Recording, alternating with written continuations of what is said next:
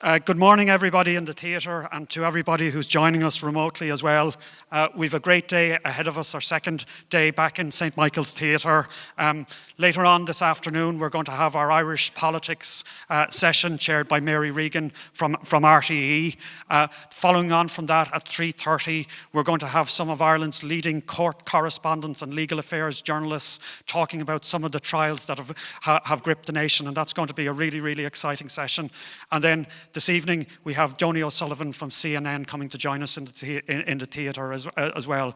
I'm particularly looking forward to this event this morning. It's my privilege to introduce it. My own background, my own academic background is in Irish history. So, like all Irish historians and people who are interested in politics, Partition has, I suppose, defined the debate around Irish history for a century now.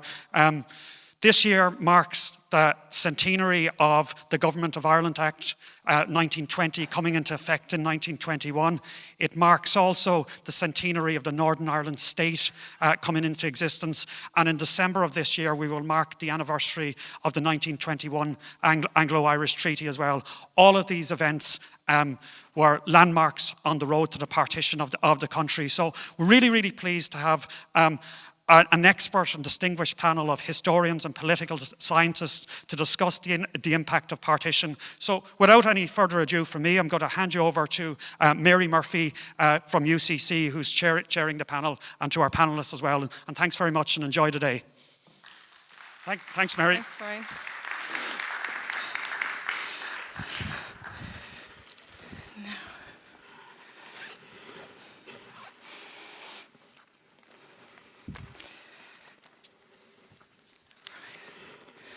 Well, good morning, everyone, and it's a real pleasure to be here, and welcome to St. Michael's Theatre in New Ross and to the Kennedy Summer School's History Symposium this morning. My name is Mary C. Murphy, and I'm a political scientist. I'm not a historian, so I'm slightly out of my comfort zone this morning. But nevertheless, the theme for today's event actually has enormous political significance as well. So I really do look forward to exploring it with all of my colleagues here on the panel today. I suppose there hasn't really been extensive discussion, public discussion of the centenary of partition over the course of the last few months and the last year or so. So we haven't had an enormous amount of reflection on this particular issue. So for that reason, I think the theme for this panel is particularly welcome, because this is really precisely the kind of discussions that we need to be having. We need to be reflecting on what happened 100 years ago, and also thinking about its significance and its importance for the kinds of themes that are relevant in contemporary Ireland today. And of course, what happened 100 years ago, it has its own legacy, and we will hopefully discuss that and reflect on that today. And the experience of what happened is something that we can learn from. So there are lessons from that period that are consequential for the island of Ireland today. So I'm going to be interested to learn about all of these themes with our speakers today. And before we start, I'm going to introduce you to the speakers. And the first one I'd like to introduce is Dr. Margaret O'Callaghan, who is a graduate of UCD. She has a PhD from St. John's College in Cambridge, which was supported by a Lasky Research Studentship. And her doctoral thesis was on crime, nationality and the law, the politics of land in late Victorian Ireland. Margaret is also a former research fellow of Sydney Sussex College in Cambridge, and she's taught at the University of Cambridge and also at the University of Notre Dame. She's an expert on Irish political thought, on the politics of Irish literature, British high politics, and also the politics of commemoration and memory. And she's published widely in all of those areas, so it's great to have you here today from Queen's and Belfast. Next, we have Dr. Bill Kissane, who is a graduate of Trinity, an associate professor with the Government Department at the LSE in London. He's been there since 1998, where he's also a member of the Conflict Research Group. And Bill has written extensively about civil wars in general, but also about the Irish Civil War in particular. And his pioneering book, The Politics of the Irish Civil War was published in 2005 by Oxford University Press, and Bill has also held a number of visiting positions at UCD, also at the University of Notre Dame, the University of Bielefeld, and the National Humanities Centre in North Carolina. And it isn't Bill's first time on this stage here either. Bill is actually from New Ross, and in his primary school days he treaded the boards here in St. Michael's. On my right is Dr. Cormac Moore, who's the historian in residence with Dublin City Council and also a published author. He has a PhD from De Montfort University in Leicester and a master's degree in Irish history from UCD. His most recent book is a great book. It's Birth of the Border, The Impact of Partition in Ireland, published in 2019, and I'm sure we'll reflect on some of what's in that book today. He's also written about the history of the GAA and the history of Irish soccer as well. And then lastly, we have Dr. Donnacha Beacháin, who's a professor of politics at the School of Law and Government in DCU, where he lectures on the post-Soviet regime, unrecognised states, foreign policy and Irish studies. And Donnacha has a number of books related to Ireland, including Destiny of the Soldiers, Fianna Fáil, Irish Republicanism and the IRA from 1926 to 1973, a book on political communication in Ireland, and one of his more recent books, From Partition to Brexit, the Irish Government and Northern Ireland, which was the 2019 recipient of the Brian Farrell Book of the Year Award from the Political Studies Association of Ireland. It actually beat my book, which was in the same category that year. I'm not a bit bitter. He was twice awarded the accolade Champion of European Research by Ireland's National Support Network for FP7 and Horizon 2020, which is quite an accomplishment. And I believe that Donnacha is working currently on a book examining Irish government policy on Northern Ireland from the 1920s. So we really have an accomplished and a very distinguished panel today, and I'm sure we'll have some great conversations. But we're going to start first with Dr. Margaret O'Callaghan, who's going to, I suppose, set the scene, provide some context, some backdrop and some overview for a deeper discussion about partition and its 100-year legacy. So I'm going to hand over to Margaret. Thank you so much. I'm going to talk for a little over 10 minutes. And I'm really talking about partition itself, though our discussion later will be about the event itself and events since then. You could say that the past century on this island has been partly a response to accommodating the fact of the radical partition of this island as part of a British partial exit strategy. There's an inaccurate perception in some quarters, not here I'm sure, that partition kind of came out of the Treaty of 1921, which we, I think, agree it didn't really. I don't think we can talk about the consequences of partition without talking about the process, and that's what I'll try to do in these introductory comments today.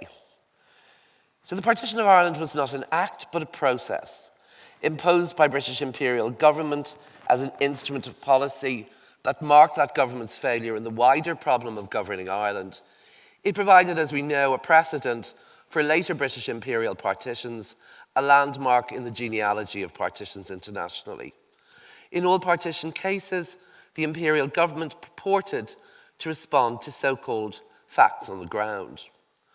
We know that in the Irish case, these facts were the resistance to Home Rule since 1886 of British and Irish unionism.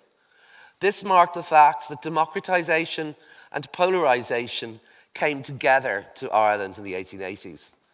Irish unionism was limited and strategized into Ulster unionism by the Ulster Campaign before, but particularly after, the Parliament Act of 1911.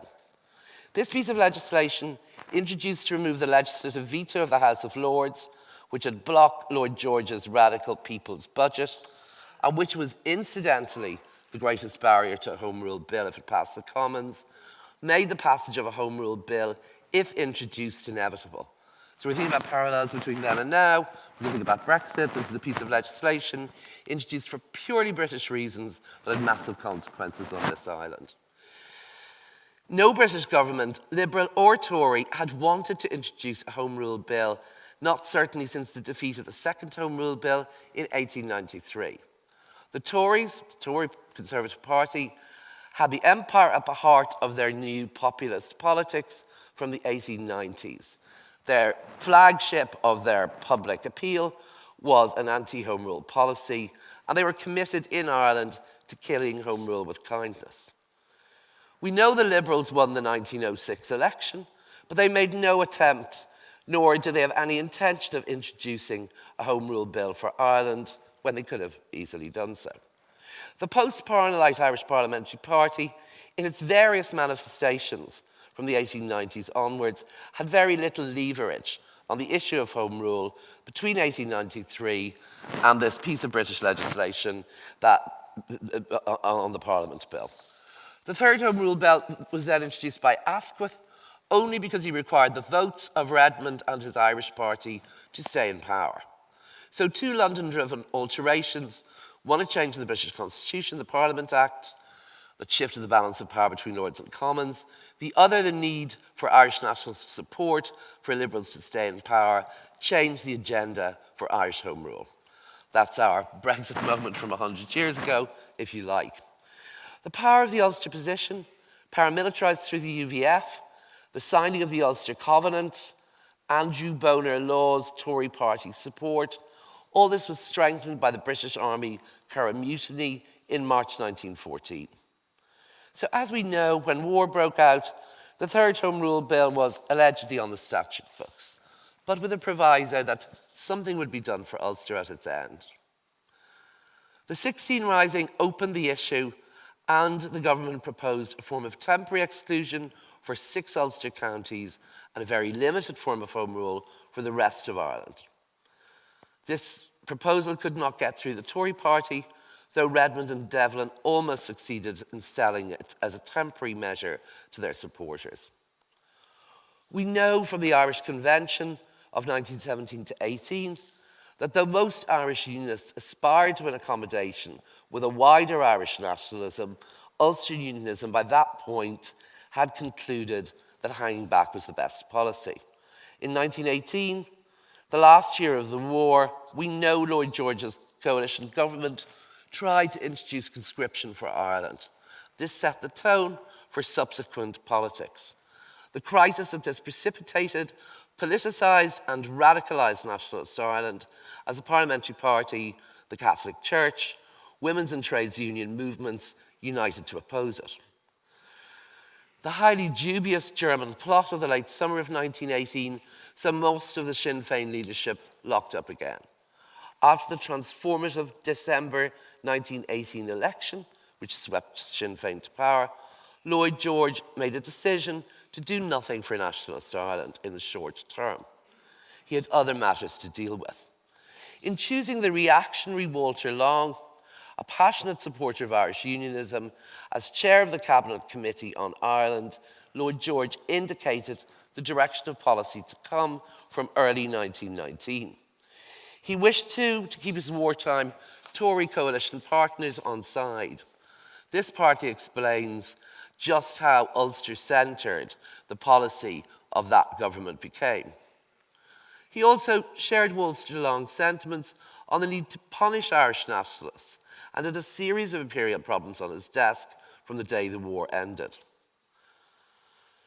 We know that as what became the British-Irish War escalated in 1919, the Irish Committee of the Cabinet came up with a new bill.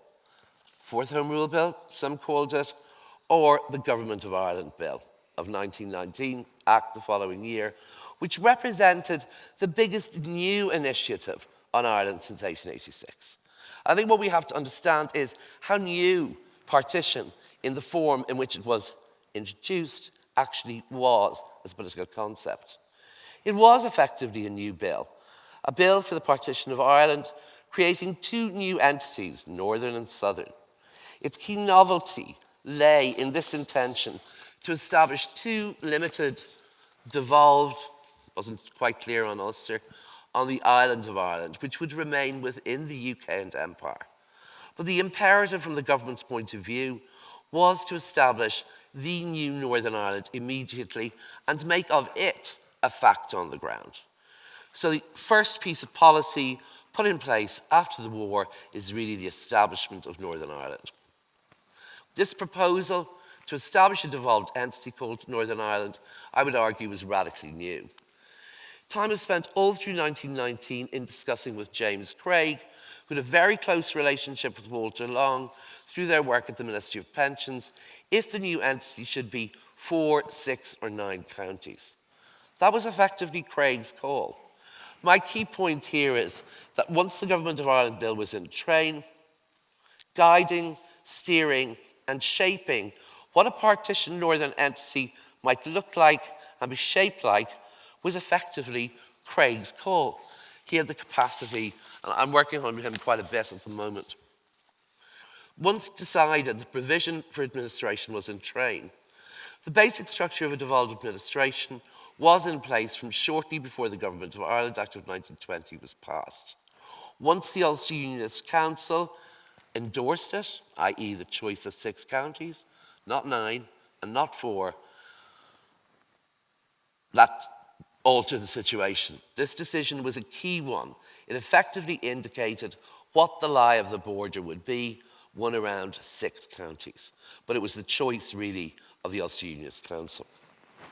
By the time the Government of Ireland Act, often referred to as the Fourth Home Rule Bill, an act effectively for the partition of Ireland, became effective on the 3rd of May 1921, Craig thought he could feel secure. He'd Sir Ernest Clarke in the Scottish Provident building beside City Hall in Belfast. He'd an embryonic structure of administration in place before the bill even went through. The future of basing administration, until he built Stormont in his home at Cabin Hill, was apparently safe. But what I think is quite interesting, and I think Cormac has quite a bit to say about as well, things in Ulster, in inverted commas, were not as smooth as they had seemed. Elections under PR just earlier had produced a nationalist mayor of Londonderry. It had produced large majorities for nationalists in that city and in many areas within, particularly Fermanagh and Tyrone. So while PR was widely canvassed as a means of protecting minorities, it was first past the post as an electoral system that had already proto-partitioned Ireland. The vicious sectarian activities, we know more died in the north between 1920 and 22 proportionately than anywhere else in Ireland during the War of Independence. So vicious sectarian activity in Londonderry and Belfast, Lisburn and Bangor were difficult for James Craig to deal with. The problem was a double-edged sword.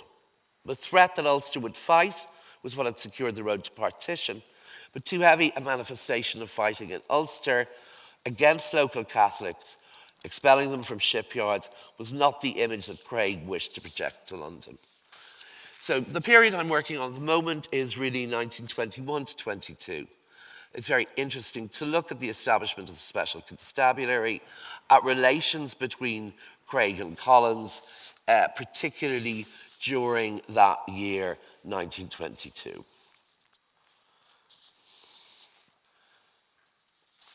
In November 1921, Lloyd George, before the treaty, infuriatingly, from an Ulster Unionist point of view, seemed to reopen the so-called partition question again.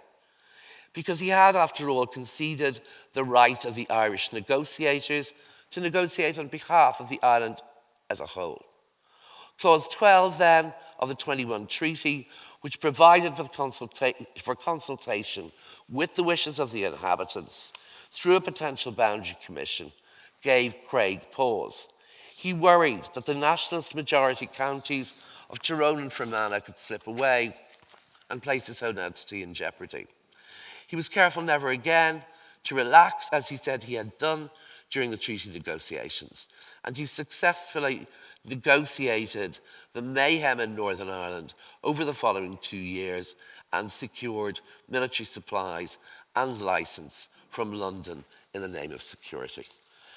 So what I'd really like to say is, I think that a lot of things happened in the early 1920s that merit much closer scrutiny than we've given them. And I'll leave it at that for the moment as an introduction.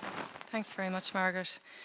That's a fascinating overview. It really gives a sense of how messy the partition process was at the time. And it speaks to lots of things, poor political decision making on the part of some, the role of personalities, the role of contingencies as well, the need for Irish votes in Westminster. I think that's particularly interesting, Bill. I might go to you in terms of that messy period. To what extent was it poorly conceived? Like, was it based on a lack of understanding, a lack of research, not being in tune with the particular forces on the island of Ireland? I think certainly from the British perspective, they probably didn't appreciate the extent to which the divisions in the north would remain enduring. Maybe up to the 1950s, it was possible in British circles to regard Ireland as a done deal. And the guiding light of British policy in the 1920s was one, basically to give the Unionists in Northern Ireland a certain degree of self-determination, but also to keep the Ulster question and the Irish question out of domestic British politics. And of course, that's never happened. They've never really been able to get away from it, and Brexit is a very good example of that. But also, if you think of the people on the nationalist side in Sinn Féin who went over to London to negotiate the Anglo-Irish Treaty, I don't think they really understood the depth of separate unionist identity and their determination to go their own way. And I think even when they signed the treaty, the provisional government that was created by the treaty in Dublin, they had a very naive attitude to the Boundary Commission. They really thought that the Boundary Commission, which was established in 1925, would basically make Northern Ireland kind of untenable by transferring territory from north to south, and that didn't really happen. So I think on both sides there was a certain kind of naivety with respect to partition and how long it would be a problem. And I think here there's also the comparative aspect that has already been mentioned about the British experience of partition. They partitioned Cyprus. It's still a divided Ireland. They partitioned India. Both sides have accepted the partition line, but they're nuclear powers. There's incredible tension and escalation in terms of the conflict. They partitioned Palestine. Palestine is still a sore on the world's conscience. So partition has been an attempt to solve conflicts that at the time were seen as, irreconcilable, but they've just created other conflicts. So we can't really think of a partition settlement that has been really a success. And if we think of those British cases of Cyprus, of India and of Palestine, where you're talking about divisions that are also ethnic and religious, they're very hard to overcome, so partition doesn't make them any better. And we've certainly seen that in Ireland, but it's fascinating the way that decisions and events from 100 years ago persist and deepen and strengthen over time. I might turn to you, Donnacha, and maybe ask you a little bit about the response on this side of the border to partition in the period after 1920.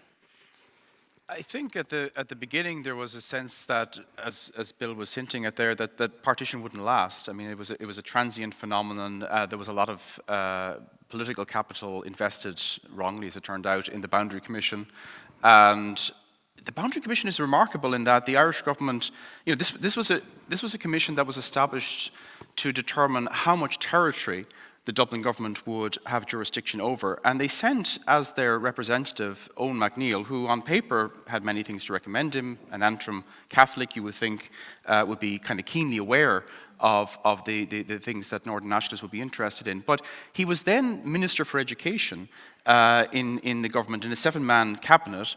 And he actually added this to his duties. He didn't give up being Minister for Education. He took it on as an additional duty. He was joining a quasi-judicial commission with very eminent legal scholars, and he was a professor of ancient Irish history, essentially.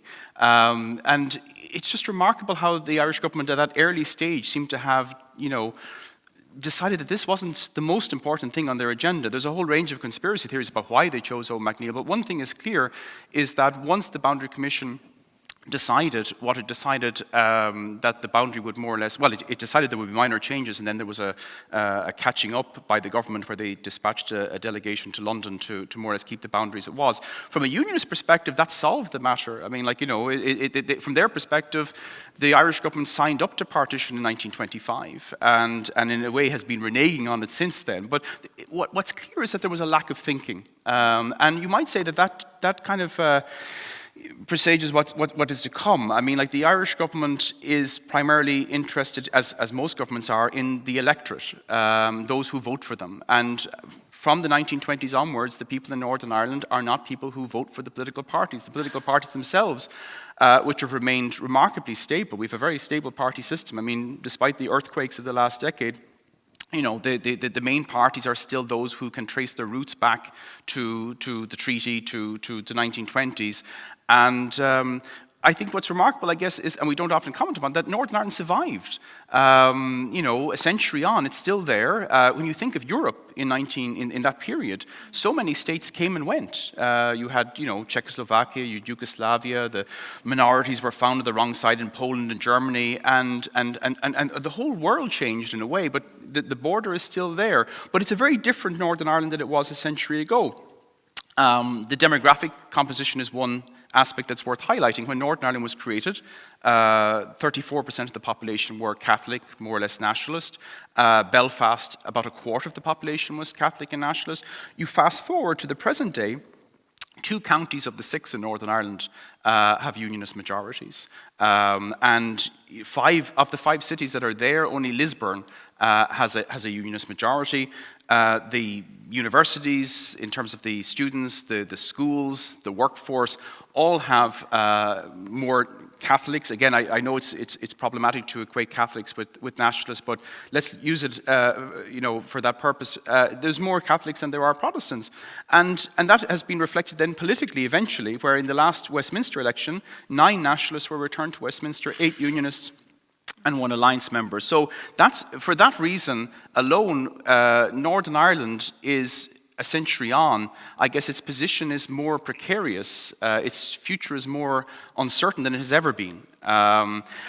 What I'd like to highlight as well is that we tend to assume that it's up to Northern Ireland to decide, the people living in Northern Ireland to decide about a united Ireland. We don't often, I think, put the focus on people in the Republic. You know, there's this kind of unquestioning certainty that everybody in the Republic is in favour of united Ireland. And when opinion polls that have asked the questions, they reveal some interesting things. Like, you know, for example, if people were asked, well, if a united Ireland meant an increase in taxation, would you be in favour of it? The numbers go down dramatically.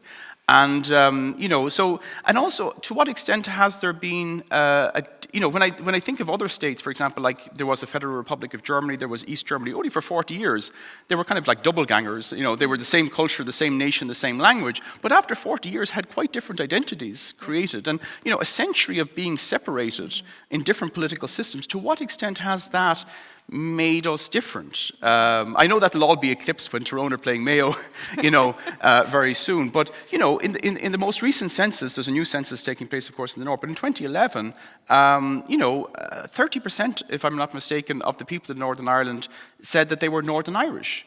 You know, and what does that mean? I mean, like, they weren't British, they weren't Irish, they were Northern Irish, and a substantial amount of people who would be from a Catholic or nationalist background said the same. So I'd be intrigued about that aspect, about, you know, how we have diverged over the last century. Because, and before I go to you, Cormac, if I can just pick up on something that both of you said, you talked about how Britain didn't necessarily appreciate the depth of divisions in Northern Ireland after 1920 and before 1920, but couldn't you say the same about the Irish government in the period after the 1920s as well?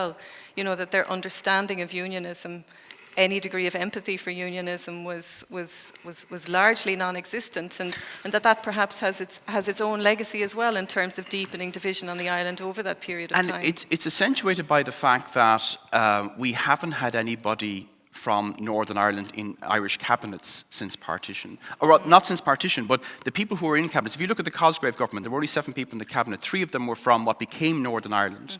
Ernest Blythe, for example, being the most prominent perhaps. And then you look at De Valera's government, there were again 3 people, Sean McEntee, Frank Aiken, people like that. But after that revolutionary generation dies out, there's nobody. There's no voice in the cabinet who have experience of living in what became Northern Ireland. Of course, it wasn't Northern Ireland when they were born. And I think that demonstrates a certain distance. It creates a certain localism. As I said, people are responding to their electorate. And I think Northern Ireland, especially during the Troubles, there's a lot of evidence in the archives to suggest that Northern Ireland was viewed primarily as a problem, as a burden, despite the rhetoric. So, for example, in the 1970s, there's a top secret document, which I have a quotation from here. It's an interesting one. It says, if we were to appear, by we means the Irish government, if we were to appear to be ready to face up to the security and economic burdens of intervention in the North, it might lead the British to hasten their own relinquishment of these burdens. That was in 1974. In other words, if we look like we're ready to take on Northern Ireland and assume the responsibilities, the British might actually leave, and that would be bad.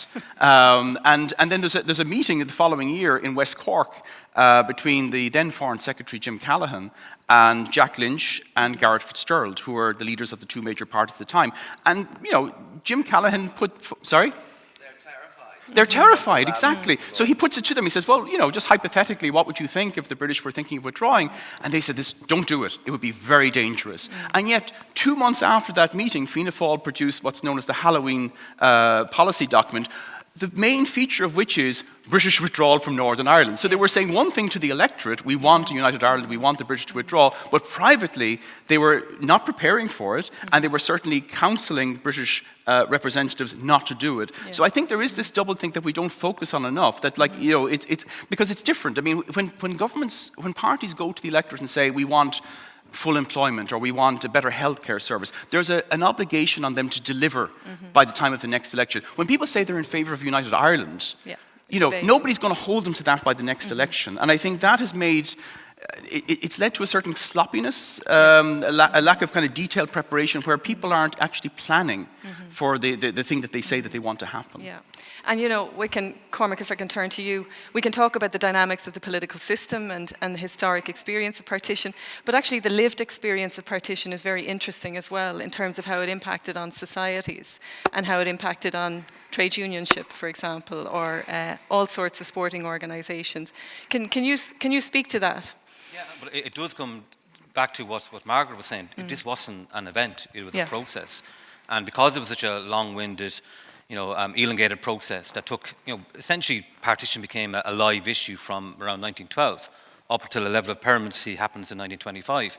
So in between, you have a lot of perceptions, a lot of different takes on what's going to happen, a lot of uncertainty on all sides, and as a result, all these organisations, all these people, all these bodies, they react to it in very different ways. And one of the most common reactions was to ignore the border. And that still is the case. So I know Donnacha was saying that it's a very different kind of scenario 100 years ago, and Northern Ireland is this entity that's 100 years old.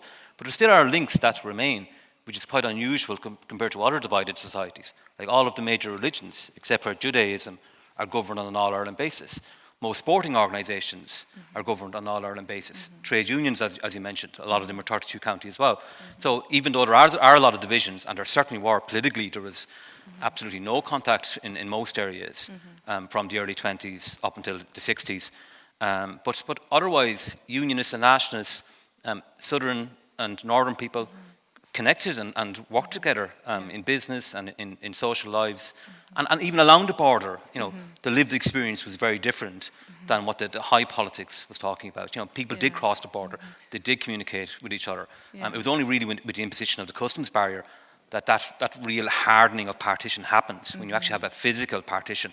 And that's when it becomes actually quite real in people's lives. And there's echoes of that today with Brexit, although we're not talking about a hard partitioned border coming back.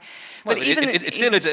I think one of the things we can learn from the 100 years ago is that nothing is inevitable, nothing is predetermined, and we don't know what the solution is going to be. Although there's a so-called Irish Sea border now, we know that is negotiable, it's contested. So I think one thing we have to learn is that, and the assumption with a lot of commentators is that it was inevitable, it was predetermined. 6 counties was signed off in 1912, essentially. Once Carson and Bonar. That was not the case. Like Sinn Féin made spectacular mistakes with the Boundary Commission, and that could have had a very different outcome. And even from Ulster Union's point of view, if they wanted a more stable and less than a third of people who really didn't want anything to do with the state, they should have gone for a more manageable boundary as well. Yeah. Because it didn't do them any good in 50 years later that they had such a contested population within their polity. So nothing is predetermined. Nothing is. And I think we have to look at what events happened at that time. How were people feeling at the time? What actions were taken? What actions weren't taken? And then we get a better sense of how this kind of very messy scenario played out, I suppose. It is quite interesting how much the British government cared, though, in 24-25.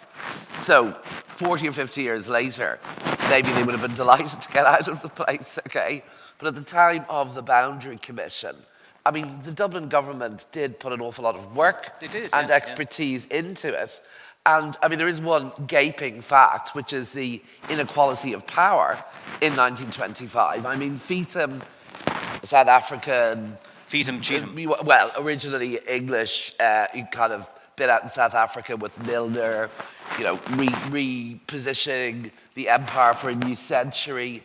I mean, a word was had in Feetham's ear. There was no way that the Boundary Commission was going to recommend what was assumed from the treaty to be implicit in it.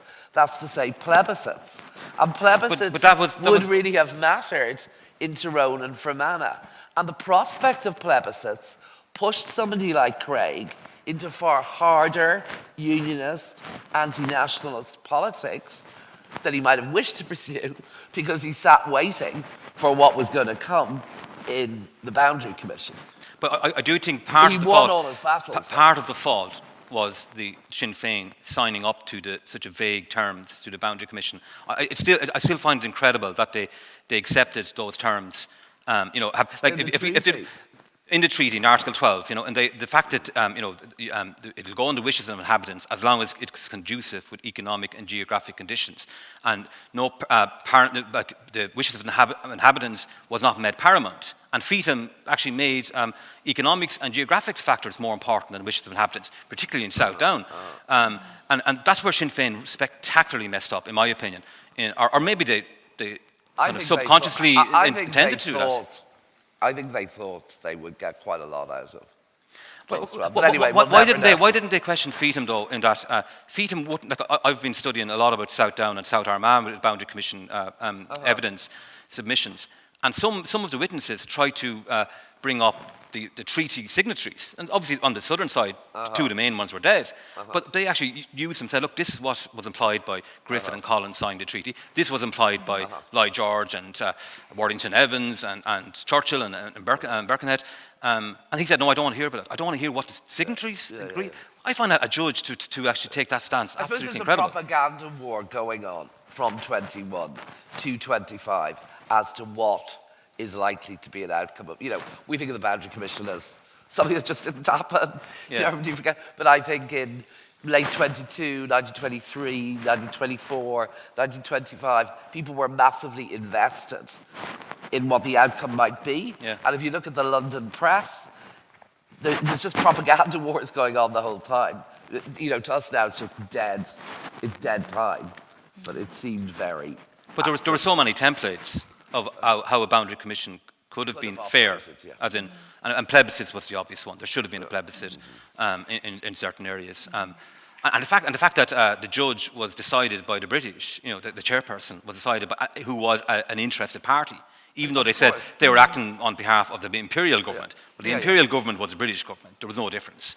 I think Margaret is right, though, in the asymmetry of power was key here. They had a weak hand to play. How well they played that weak hand, the Sinn Féin delegation that went is a matter of conjecture, but they had a weak hand. There's the power inequality. But when you fast forward a century, and this is the interesting thing about Brexit, which I know Mary has written about a lot, is that asymmetry of power has now been... It's shifted. Completely shifted, because when you look at the whole debate about where the border would it be in the Irish Sea or would it be on the island of Ireland? Ireland, as a member of the European Union, was on the stronger side of the table. It was the first time ever that there was a negotiating table with the British on one side, the Irish on the other side, and the Irish were on the stronger side of the table and more or less got what their position was. But guys, it's not over until it's over. Absolutely. Absolutely. It's still a live issue. Yeah. Absolutely. But I think what it does demonstrate is that, relatively what might have seemed like minor or inconsequential decisions in relation to the Boundary Commission and various appointments around the Boundary Commission, how they became so consequential. You know, certainly with the benefit of hindsight at least. But even with the report, like Cross McGlen would have been in the Irish Free State, and that would have made a big difference 50 years later. Yeah. You know, so even actually some of the actual territory offered by FETM, would have made some difference. But obviously, Cosgrave had to rush over to London to get us quashed. It's quite interesting the language Cosgrave uses in 25. He talks about, we cannot hand our people over. When he's that was another problem as well, interpretation. So how the border's only there 3 or 4 years, but our people are those on the right side of the border, and those on the other side of the border are just not really our people. Bill, can I turn to you and maybe reflecting on some of what we might term the mistakes of that period? How would you characterise them or classify them? And are there any lessons to be learned for the kinds of, well, certainly there's some constitutional debates beginning to happen here right now. Well, I mean, I think there's kind of two things. I mean, I think rather than thinking of mistakes that were made by the South, I think what Donnacha has said is true, that from the very beginning there's a fundamental ambivalence in this country as to whether our primary object of allegiance is the state that we live in, or it is this thing called the island, the nation, or whatever.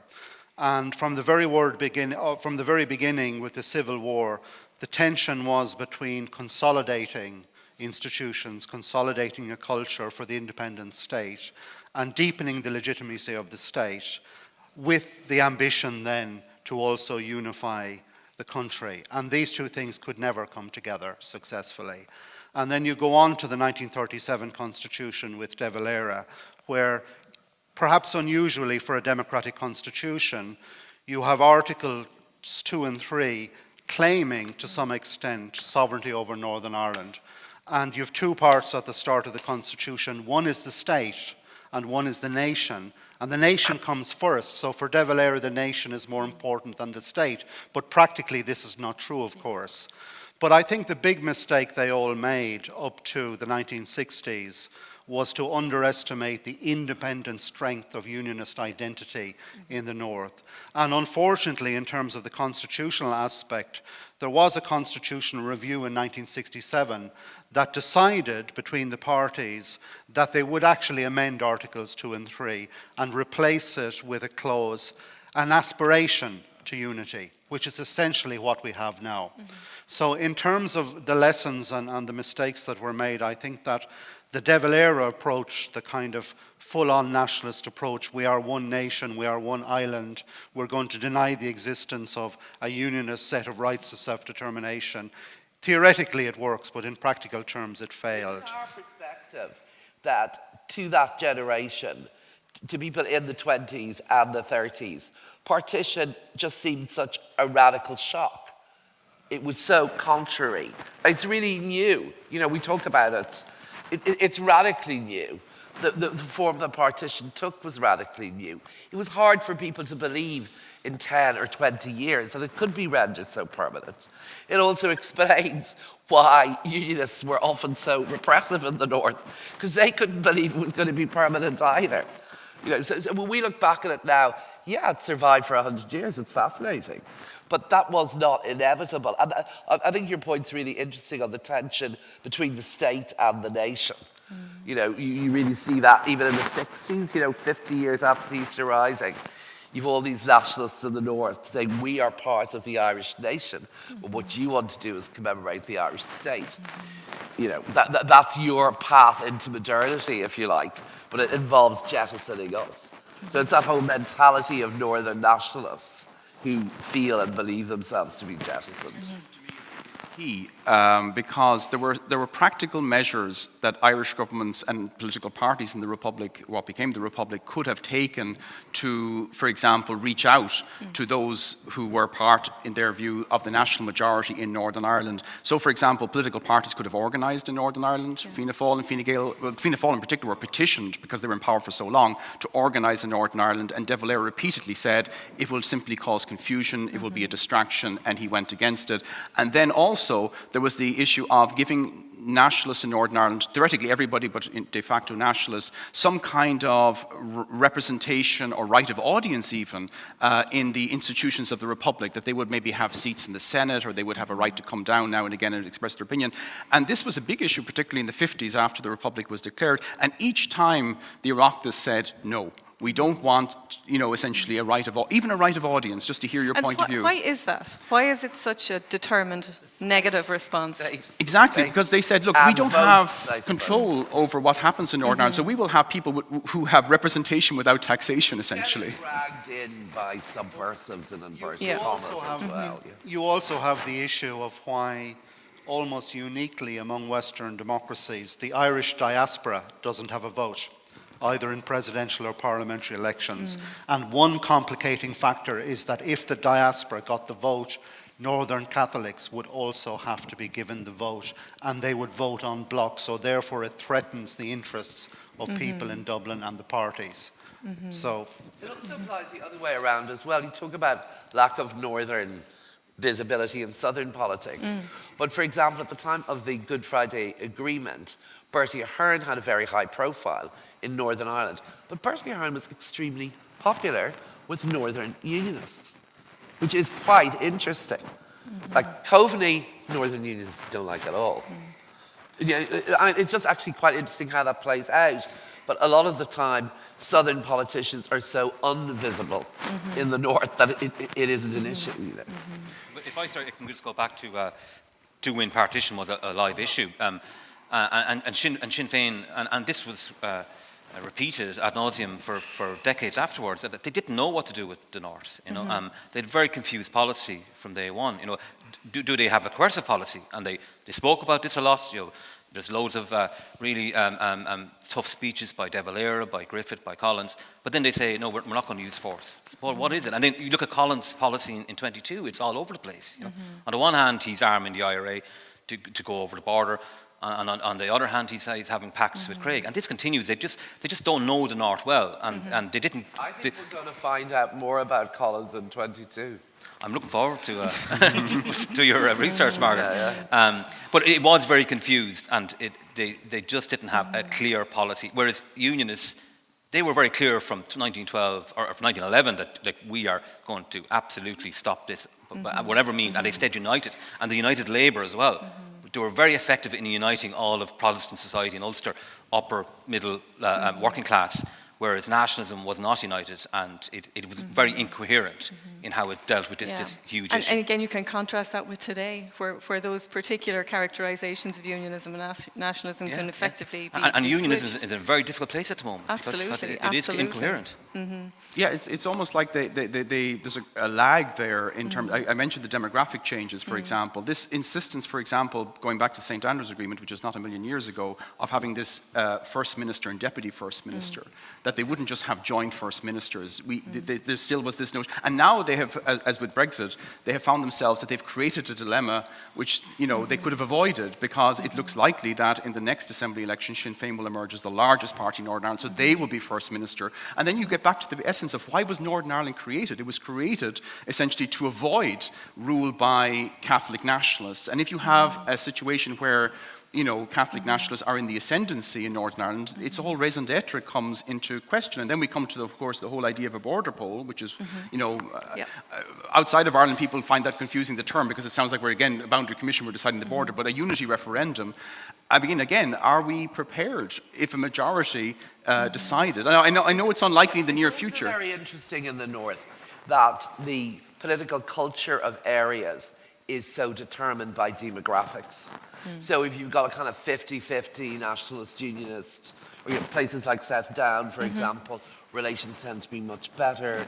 Parts of Fermanagh. So you can literally go and look at the demographic unionist nationalist balance in an area and almost analyse the state of social relations. I mean, which is kind of phenomenal. But when you think of Arlene Foster's statement, she was asked by Tommy Gorman, who of course was on this theatre last night with Bertie Ahern. It would not be the Fermanagh that she loves, were it not. But that's it. She was asked what would happen, what would you do if there was United Ireland? She said, I would leave. And you're thinking, where would she go? Because people invest, and we all invest territory, don't we?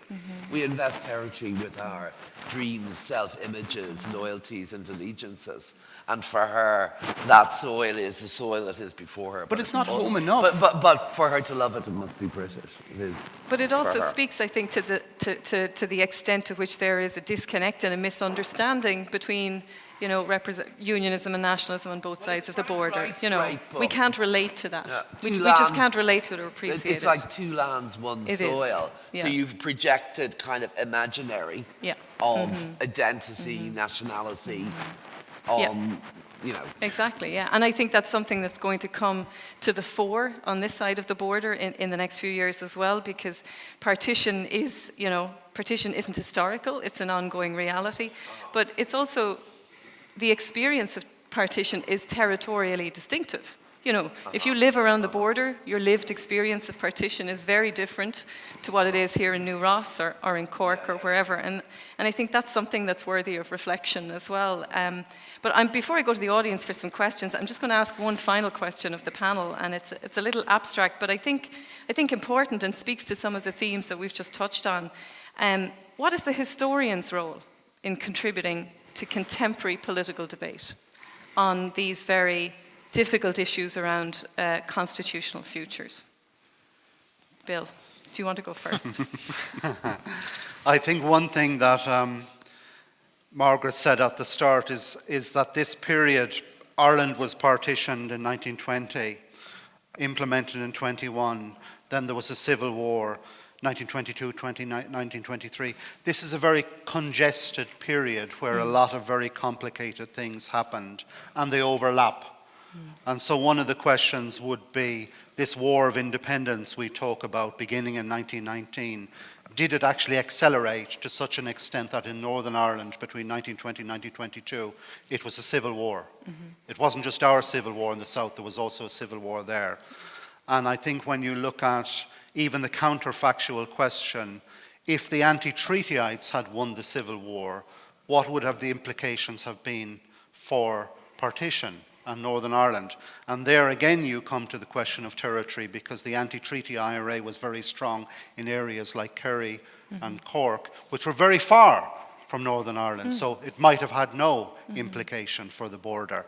But for me, I think that the role of the historian can only be to unpick this complexity and show that rather than there being two blocks, the orange Protestant bloc and the southern or the Catholic nationalist bloc, for a while there it was so complex that you can't really understand things with those dichotomies. I suppose Northern nationalism was very pro-treaty, wasn't it? Can I just agree with what Bill is saying? I think that's the main thing. That I think the job of the historian now is not to talk in absolute terms of what happened 100 years ago. Yeah. You know, there was divisions and there was debate within unionism, even though we mightn't think there was. Same with nationalism. There wasn't like, I've read some commentators, some historians talk about this dogmatic, Republican Sinn Féin who were inflexible. That just wasn't true, And nationalists, the Nationalist Party, Irish Party, they had a lot of divisions internally as well. There was a very big difference between how people in Belfast thought about the border compared to people in Fermanagh and Tyrone from a nationalist perspective. So I think the job of the historian is really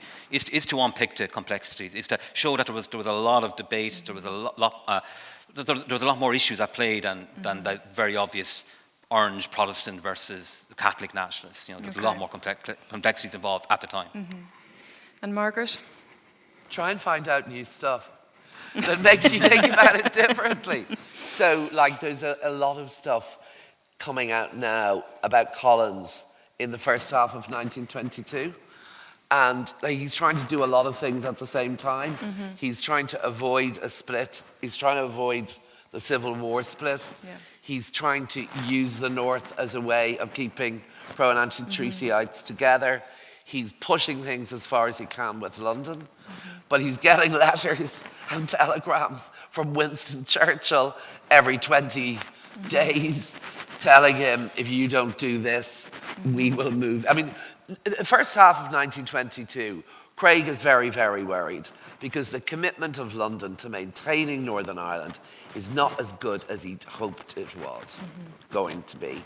So the full-scale opening up of the Civil War in the summer of 22 is the best break that partition ever got. Yeah. Okay. And Donnacha? I guess I'll just simply say that the old adage is true that those who forget the past are condemned to repeat it. History is important. Most people's understanding of history is based on what they learn at school, not through reading necessarily history books. That's a minority of people. Sorry, or Michael Collins' movie. And therefore, I think many of us were saddened and shocked to see that history was, essentially being debated about whether it should be an essential subject in secondary school. To me, that's much more important than what we debate about at universities. A minority of people take history at university level, but most people's understanding is based on what they have at school, and history has to be an essential core subject. I think that's for me a given. Yeah, well, here. And like you say, I think there's an awful lot that we can reflect on in terms of your contributions today and drawing parallels with the Ireland of today. There's many lessons to be learned about how to manage political division and how to not to manage political division. I might go to the audience now. We don't have microphones, I'm afraid, but if anyone would like to ask a question, this gentleman here.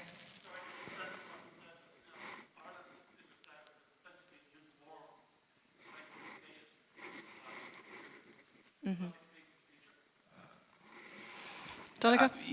Just for the benefit of those who are watching, so the question was about whether the Irish government essentially was lukewarm or Irish people. I think there's a disconnect sometimes between those political representatives who have a state to manage and popular sentiment. I mean, there's lots of evidence that popular sentiment remained relatively unchanged, but it's kind of in an unthinking way because they were never presented with a direct choice. It never had repercussions. It never was costed, all those kinds of things. Whereas political representatives, they manage a state. And as I said, there's lots of evidence to suggest that there was a lukewarm. Even now, I mean, so for example, the Good Friday Agreement, which is a remarkable document, it has an open-ended constitutional future embedded in it. It's up to the people of Northern Ireland to decide, more or less, what will happen.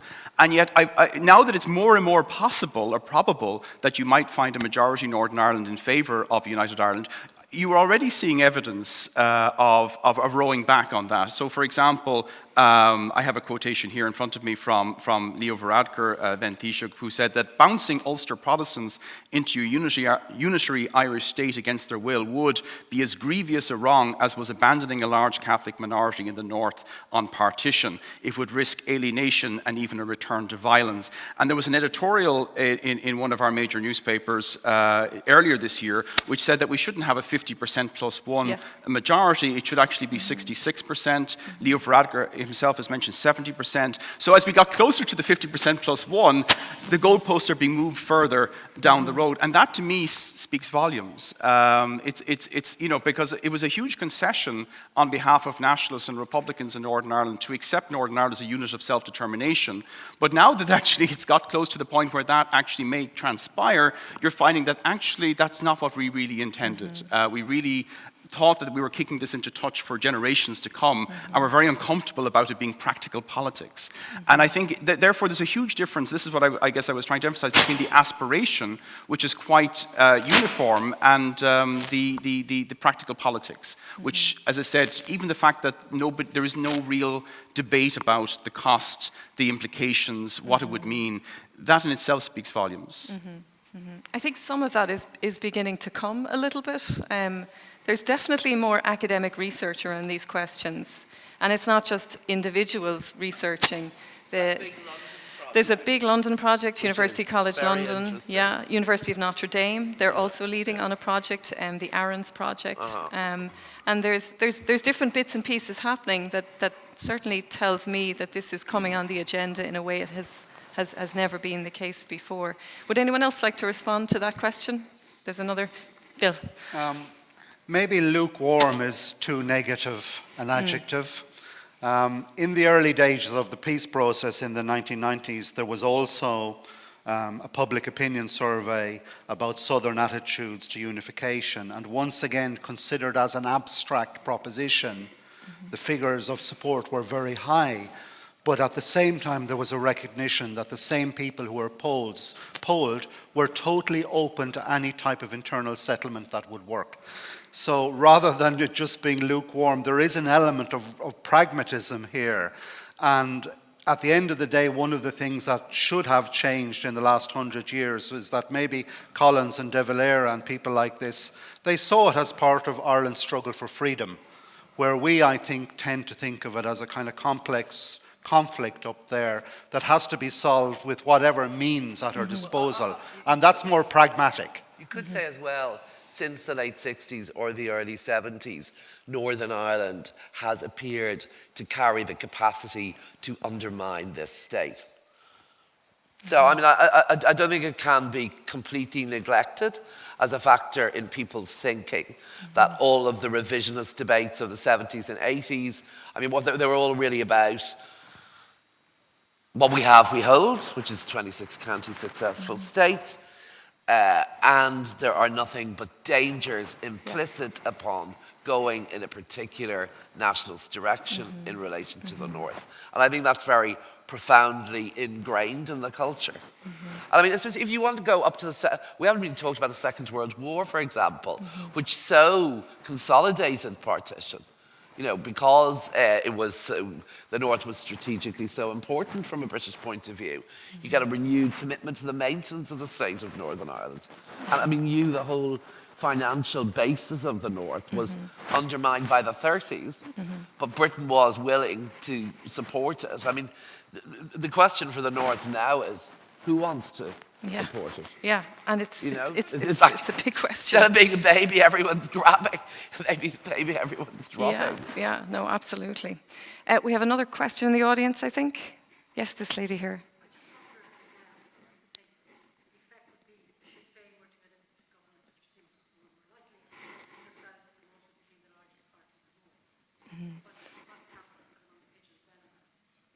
Yeah, well, I'll just repeat the question for the benefit of the online audience.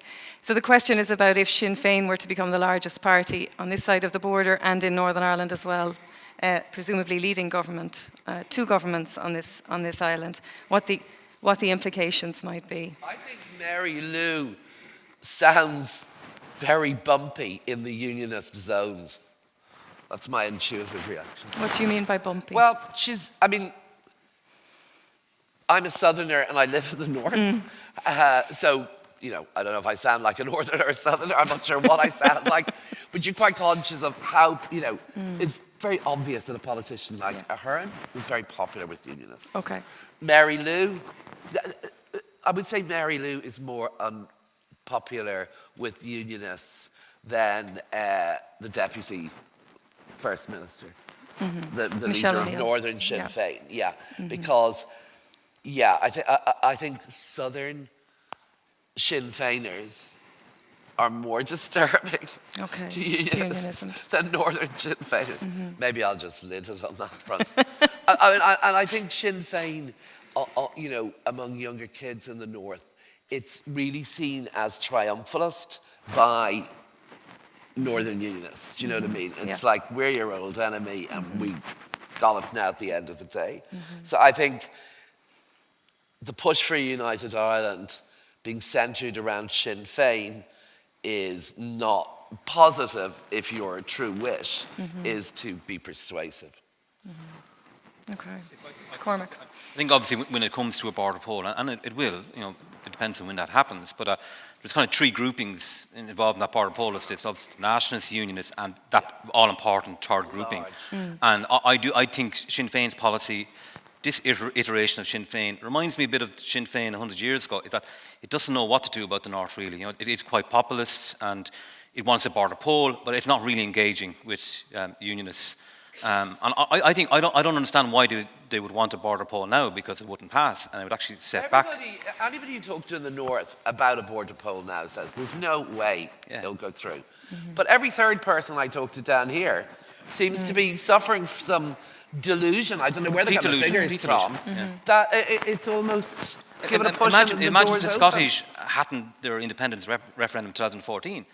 It probably would pass now, you know, after Brexit. So if a border poll does happen relatively soon, which Sinn Féin is pushing for, that will set back unity, I would think, potentially for decades, you know, because it will not pass. It will set back for decades, more decades. Yeah, but look, there is going to be a border poll, I would imagine, in 10, 20 years, that kind of time frame, but not in the immediate future. And I think Sinn Féin have to have a coherent policy on how it engages with unionism. They have to have a narrative for their supporters, because they ended the war, and you know they were going to be in government by 2016, and Well, actually, Ireland was going to be united, I think, by 2016, unless So they have to tell a coherent onward narrative of onward march to their supporters, because otherwise, what's the difference between them and the SDLP or Fianna Fáil or anyone else?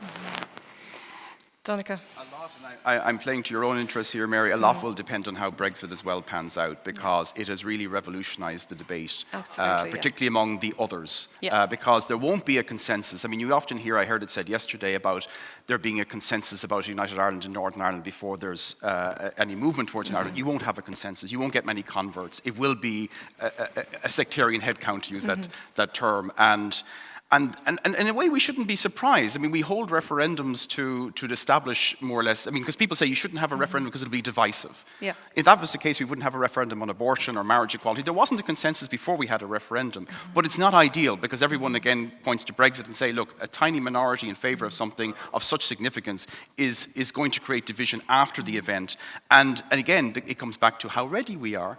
Because, Northern Ireland in the United Kingdom is 2% of the population. Northern Ireland, as part of United Ireland, would be almost a quarter of the population. It's a very big difference, the proposal that's been put here. And as I said, I think that we need to kind of establish, what we're willing to do, what we're willing to compromise on. All those debates, I mean, we need to have about, like I've seen them sometimes, but mainly by op-eds in newspapers about the flag, the anthem, all those things. But there isn't any real kind of substantial political debate as yet. We need to have those conversations, that's the term that's been used a lot, even if they're not going to materialize into anything practical, because at the moment we're still at that, as I said, and we've mentioned it many times now, about the almost unthinking assumption that everybody here is on the same page. And I think that the more you unfold things, the more nuance and differences you find.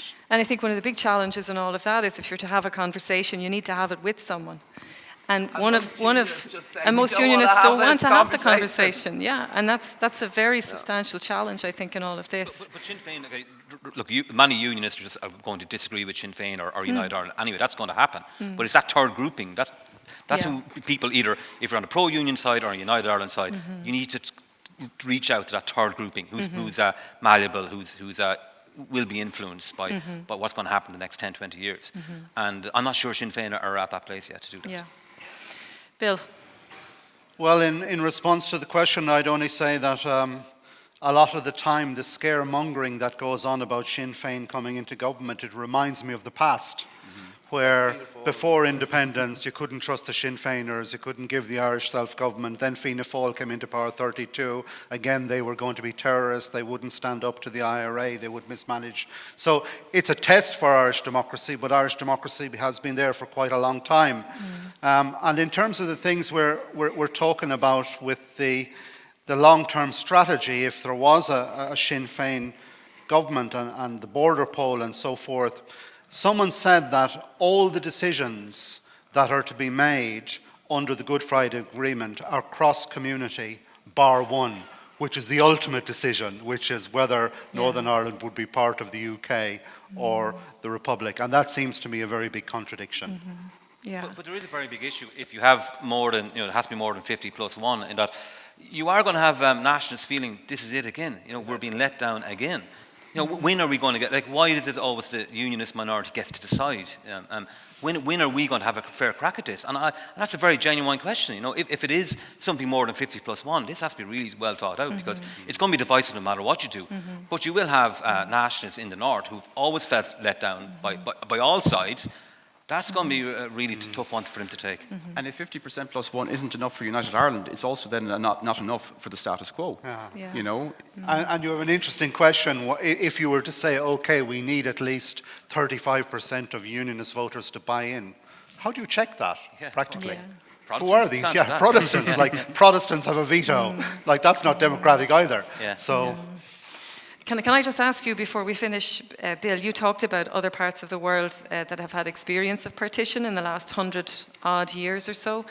Are there comparable experiences of unification during that period that history might be able to be instructive for Ireland?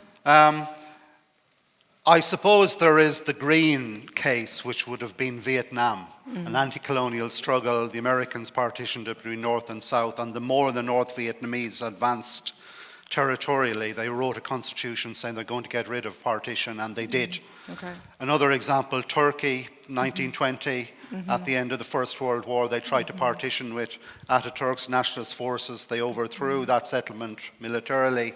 And then I suppose Germany is the case where, you know, in the 1980s, people in Germany didn't think that the border, the Iron Curtain, was going to collapse, and it happened very quickly, and all of a sudden it became apparent, my God, German nationalism is not dead.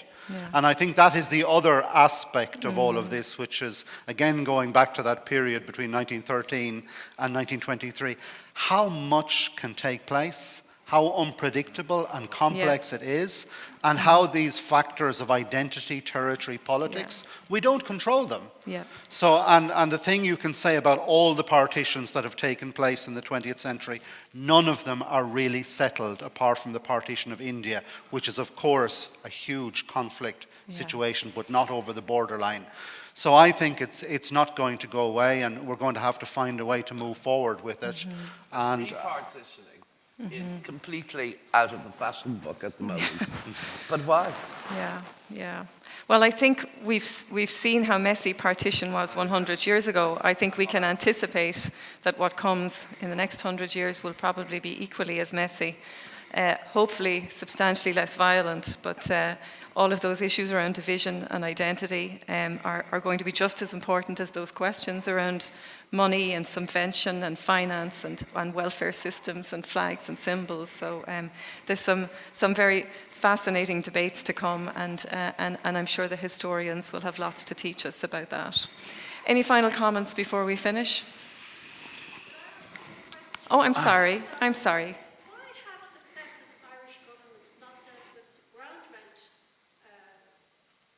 Bill, you know this town. You walk up to the top of North Street and onto John Street, and there's nothing but dilapidation because people, you know, they have to pay a lot to buy a building, but then pay exorbitant ground rent to families like the Tottenhams. Why have governments never dealt with that problem? we grew up here and we didn't even know. Let me just repeat the question, Bill, for the stream audience. It's a question about why the successive Irish governments haven't dealt with the ground rent issue. Any insights? The only thing I can say is that I grew up and I didn't know of the extent to which the past really impinges on the present in such a concrete way. And when the Irish became independent, they wanted to write a constitution in 1922. And they wanted to write a constitution that was inspired to some extent by some of the things Pearse had written about in The Sovereign People and other political writings. And there was a negotiating process that went on in the spring of 1922. And the British regarded a lot of the Irish changes and amendments to be communist and Soviet inspired. But one of the things was that private property would be subject to criteria such as the good of the common people and so forth. So I think what has actually happened is that since that 1922 constitution, that property has become a cornerstone of our legal system. And in that sense, we are a property-owning democracy in the same way Margaret Thatcher had her property-owning democracy in the 1980s. Well, thanks very much, Bill. Let me just give you all an opportunity to say one final closing comment before we finish. Donnacha. Just to echo what Bill was saying there about, expect the unexpected, be ready for all eventualities. I was in East Germany in August 1989, and I remember meeting members of the then communist youth, and they forecasting that East Germany was the best communist regime ever, was going to survive for decades to come. It collapsed before the end of the year, in November, and nobody could see it coming, but everybody had to adapt to this new reality. And of course, the point I guess I've been hinting at is that the more you think about it, the better you'll be prepared for that eventuality. Things happen suddenly. And also, many of the elephants in the room, there's so many elephants in this room, is Scotland. Yeah. What's going to happen in Scotland? Because they are also increasingly, because again, Brexit, likely to vote for independence if asked again. And what kind of a domino effect would that have? The fragmentation of the United Kingdom. Again, going back to a century ago, I mean, when Ireland was partitioned, going back to the asymmetry of power, Britain was a global empire. Now the United Kingdom is not secure. Scotland looks like it's going. Northern Ireland may have a vote on unity. So it's a very different world. And going back to what I said, we should be prepared for all eventualities. Thanks, Donnacha. Cormac. Well, I think, as we've all discussed, I think what Jed Martin said, that decade, say from 1911 onwards, counted for a great deal. And I think that's what we do need to understand, the complexities, the uncertainty around it. And like the British walked into partition not having a clear vision either, because it was such a new concept, and that created many of its problems. So sounds like Brexit. But also it sounds like what we need to do when it comes to a border poll, or we need, if there is going to be a constitutional change to the north and the south, obviously, is what does that mean? What are the implications? And it is. I do believe there's a lot being done on it at the moment. You can see, as you mentioned yourself, Mary, it's definitely ratcheting up a gear in terms of the studies being looked at. But that has to continue before a border poll is done. To actually, what is the implications? And I think that will be done. To be honest, I think that if we give it enough time, there'll be loads of opportunities for us to see the implications and to study them and vote and participate in a more educated way. Okay. Margaret. I suppose remember that it was an imposed solution, an inverted commas partition. It was imposed, and it was backed up by heavy military might. So the borders that we inherit are out of that. That's a really important point. The point about imposition and how to manage that is very, very challenging. And Bill? I think when we look back at that period from the Anglo-Irish Agreement to the Good Friday Agreement, and then after that different attempts to make it more effective, we were taking for granted a high level of Anglo-Irish cooperation and reciprocation at the elite level. And what we've got to bear in mind is that there is a party, which is the dominant party in the UK and in the future probably in England for a very long time, called the Conservative Party, that were really willing to undermine the British Constitution in order to prevent Ireland getting home rule and make an alliance with Ulster Unionists in order to do that. So I think British politics is itself very unstable, and we can't take for granted. It would be great if we have the Tony Blairs and the Gordon Browns to deal with in the future, but we might not have. Yeah. Thanks very much, Bill.